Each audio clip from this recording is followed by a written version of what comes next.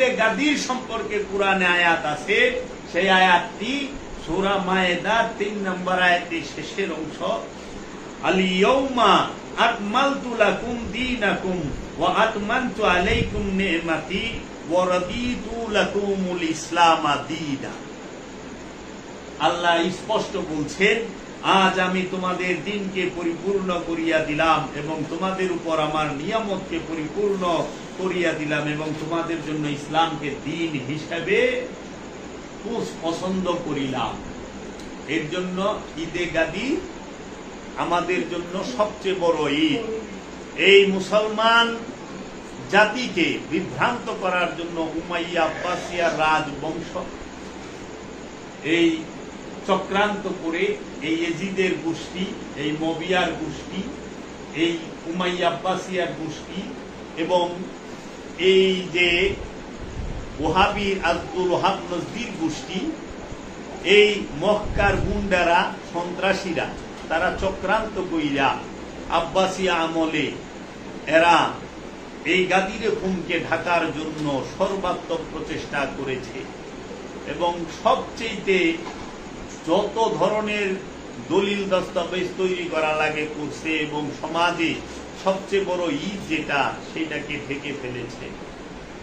যে মাওলার অভিষেকের দিন, এই মাওলা আলী এবং গাদিরে খুম সম্পর্কে বললে গাদিরে খুম আবার কি? গাদিরে খুমে বেলায়েতের দরজা খোলে, গাদিরে খুমে রেসালাতের দরজা খোলে, গাদিরে খুমে অবুদিয়াতের দরজা খুলে, গাদিরে খুমে সমস্ত নবী ওলিদের আগমনের দরজাটা খুলে যায়। এর জন্য এই জন্য গাদিরে খুম এই এখানে বসে এই গাদিরে খুম এটাকে পালন করতেই হবে প্রত্যেক মুসলমানের। এবং যারা, আমি আহ্বান জানাবো সর্ব সময়ের, সর্বকালের, সর্বযুগের সকল মুসলমানকে, যাহারা আল্লাহর ওলি মানেন, যাহারা বেলায়েত মানেন, যাহারা পীর মুরিদি মানেন, যাহারা এই রিসালাতকে মানেন, অবশ্যই আপনারা প্রত্যেক বছর এই ঈদে গাদিরের এই অনুষ্ঠানটি অবশ্যই করবেন। আমরা যারা নবী প্রেমিক, আমরা যারা রসুল প্রেমিক, আমরা যারা আলে রসুল প্রেমিক, আহলে বাইতের প্রেমিক, ওলি আল্লাহদের প্রেমিক, আমাদের কাছে সবচেয়ে বড় ঈদ দুইটা। একটা হইল ঈদে মিলাদুন নবী রাহমাতাল লিল আলামিনের শুভ আবির্ভাব দিবসের দিন হচ্ছে ঈদ।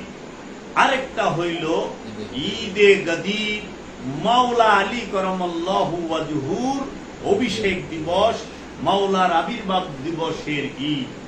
এই দুই ঈদ হচ্ছে আমাদের কাছে সর্বশ্রেষ্ঠ ঈদ। এই দুই ঈদ আমরা অবশ্যই পালন করব, তাহলে আমরা রবের তরফ হইতে রহমত পাব। এই উমাইয়া আব্বাসিয়াদের বেতনখোর মৌলবী, পেট্রোডলারের বেতনখোর মৌলবীদের কথা শুই না বিভ্রান্ত হয়েন না।